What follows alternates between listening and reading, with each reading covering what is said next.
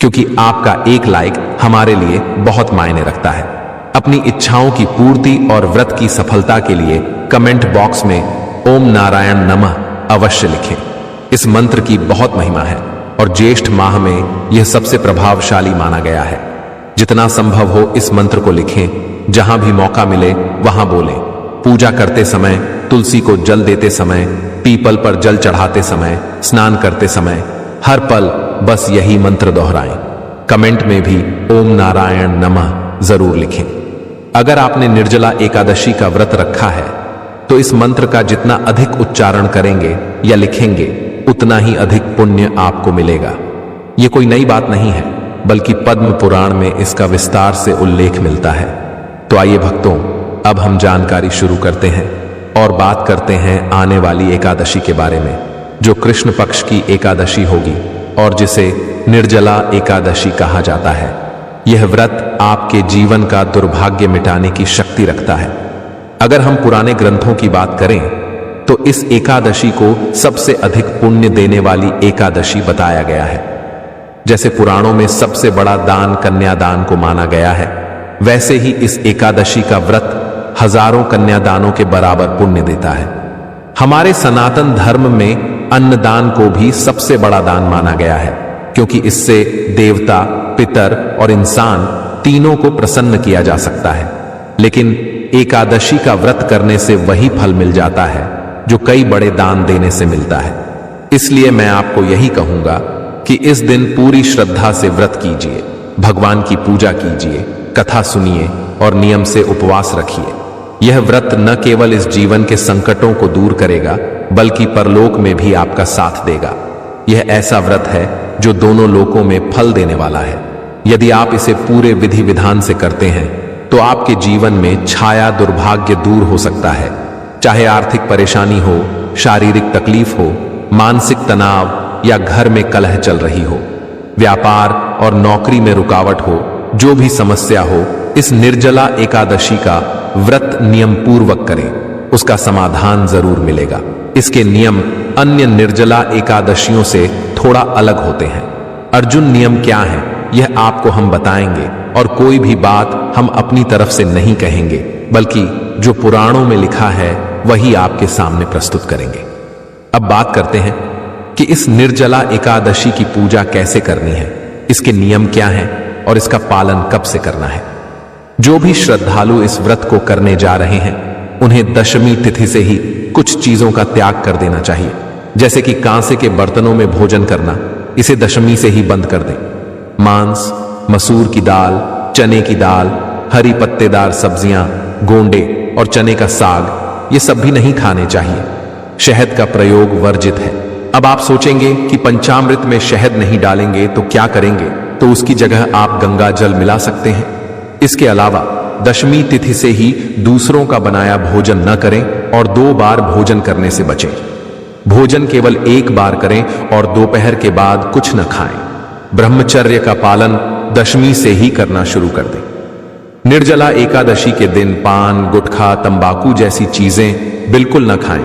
ये व्रत को खंडित कर देती हैं। दांत साफ करने के लिए दातून या मंजन का प्रयोग भी न करें, क्योंकि इनमें नमक या रसायन होते हैं। किसी की निंदा या चुगली न करें। पापी स्वभाव के लोगों से बात भी न करें। क्रोध और झूठ बोलने से भी दूर रहें। भोजन में केवल फलाहार करें और तेल, नमक, तले भुने पदार्थों से दूर रहें। ये सभी चीजें दशमी से ही त्याग दें ताकि एकादशी का व्रत शुद्ध रूप से किया जा सके। अब बात करते हैं व्रत की विधि की। एकादशी के दिन सूर्योदय से पहले उठ जाना चाहिए और यदि संभव हो तो स्नान करना चाहिए, क्योंकि ज्येष्ठ माह के स्नान की बहुत विशेष महिमा है। कहा गया है कि इस माह में किया गया स्नान कार्तिक स्नान से भी 1000 गुना अधिक पुण्य देने वाला होता है। बहुत लोग इस बात को नहीं जानते, लेकिन इसका कारण स्वयं भगवान श्री हरि विष्णु का वह वचन है जो उन्होंने यमराज को दिया था, जिसमें उन्होंने कहा था कि ज्येष्ठ मास का पुण्य सभी महीनों में सबसे श्रेष्ठ होता है।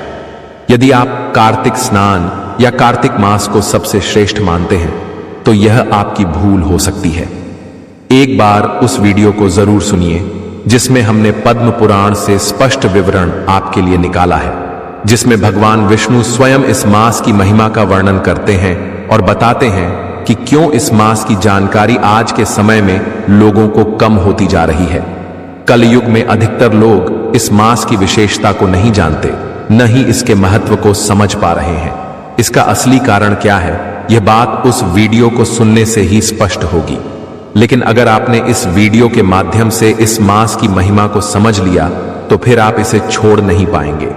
ज्येष्ठ मास में स्नान और दान का पुण्य बहुत अधिक माना गया है। पुराणों में आता है कि यमराज तक इससे डर गए थे, क्योंकि जब धरती के लोगों ने ज्येष्ठ स्नान करना शुरू किया तो नर्क खाली हो गया। यमदूतों को कोई पापी नहीं मिल रहा था, क्योंकि सभी अपने पाप इस स्नान से धो रहे थे। तब यमराज रोते हुए भगवान विष्णु के पास पहुंचे और बोले, प्रभु, आपने ऐसा मास क्यों बनाया? 7 पीढ़ियों के जो पापी मेरे नर्क में पड़े थे, वे भी इस मास में स्नान करके मुक्त हो गए। बहुत ही रोचक प्रसंग है, इसे जरूर सुनिएगा। अब बात करते हैं कि एकादशी वाले दिन क्या करना चाहिए। सूर्योदय से पहले उठें, फिर स्नान करके अपने पूजा स्थान की सफाई करें। पूजा की सारी सामग्री एकत्र कर लें और एक आसन पर बैठकर पूजा शुरू करें। सामग्री में होना चाहिए भगवान श्री हरि विष्णु की तस्वीर या प्रतिमा, यदि माधव स्वरूप की हो तो और भी अच्छा। एक चौकी, पीले रंग का कपड़ा, रोली, मोली, पान, सुपारी, लौंग, इलायची, धूप बत्ती, फूलों की माला, खुले फूल, चित्रजानू, तांबे का एक लोटा। पंचामृत बनाने के लिए कच्चा दूध, दही, घी, शहद और शक्कर चाहिए। लेकिन इस एकादशी पर शहद का प्रयोग नहीं होगा, तो उसकी जगह गंगा जल डाल दें। सारी सामग्री एकत्र करके तांबे के लोटे को अच्छे से मांझकर उसमें पहले गंगा जल और फिर शुद्ध जल भरें। आसन पर बैठकर पूजा आरंभ करें। एक पुष्प से सभी सामग्री और स्थान पर जल छिड़कें। इससे वह स्थान और सारी सामग्री पवित्र हो जाती है।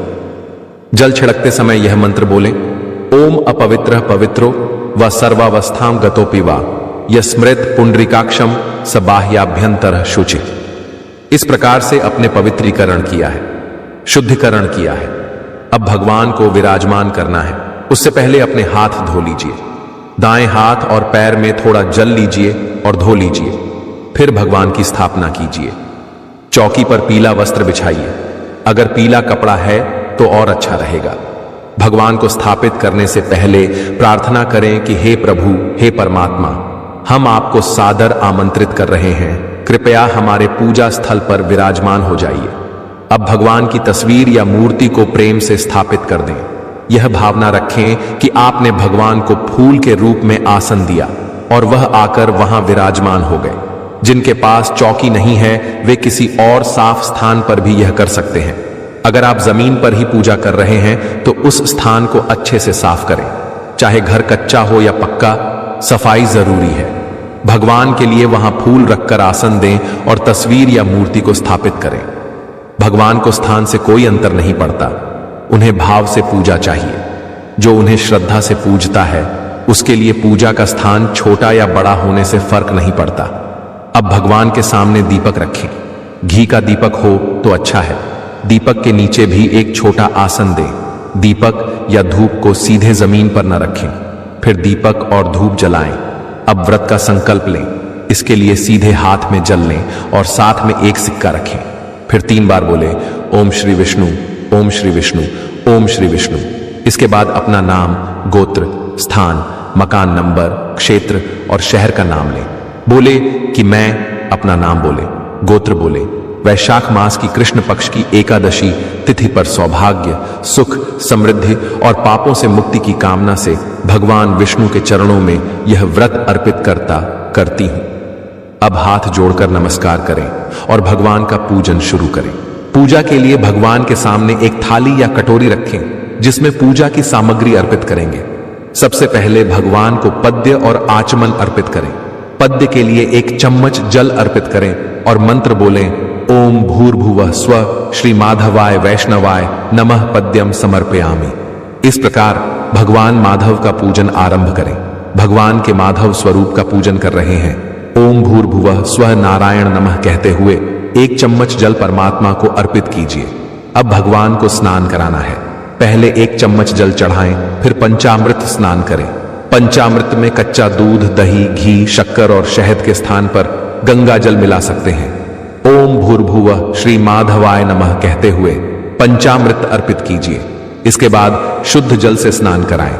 1 चम्मच शुद्ध जल लेकर ओम भूर्भुवः स्व माधवाय नमः कहते हुए स्नान पूर्ण कीजिए। फिर भगवान को वस्त्र अर्पित करें।